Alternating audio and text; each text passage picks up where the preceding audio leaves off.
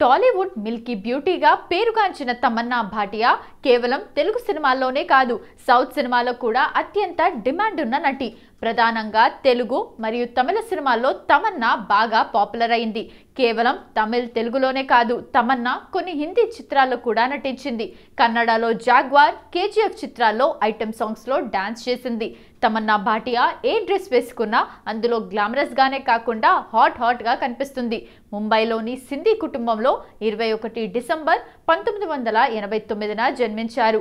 తండ్రి సంతోష్ భాటియా వజ్రాల వ్యాపారి. ముంబైలో విద్యాభ్యాసం పూర్తి చేసిన తమన్నా 15 ఏళ్ల వయసులో నటించడం ప్రారంభించింది. 2005లో తమన్నా తన 15 ఏళ్ల వయసులో చాంద్ సా రోషన్ చెహరా చిత్రంలో కథానాయికగా నటించింది. ఆ సినిమా విజయం సాధించలేదు. అదే ఏడాది శ్రీ సినిమాతో తెలుగులో, 2006లో కేడీతో తమిళంలోకి అడుగుపెట్టింది.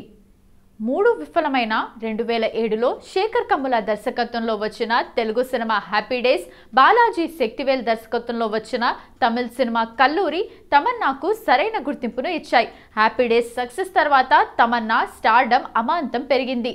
అయన్, కండేన్ కాదలై, పయ్యా, సిరుత్తై, వీరం వంటి సినిమాల ద్వారా తమిళ సినీ పరిశ్రమలో తన స్థానాన్ని సుస్థిరం చేసుకుంది.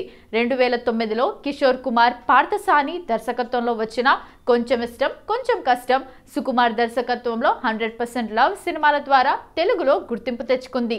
తమన్నా సినీ కెరీర్ విషయానికి వస్తే తమన్నా అందం గురించి, నటన గురించి ప్రత్యేకంగా చెప్పాల్సిన పని లేదు.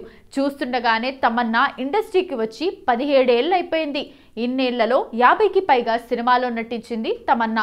తెలుగుతో పాటు తమిళ, హిందీ, కన్నడ సినిమాల్లోనూ నటిస్తూ తన సత్తాను చాటుతున్నారు తమన్నా.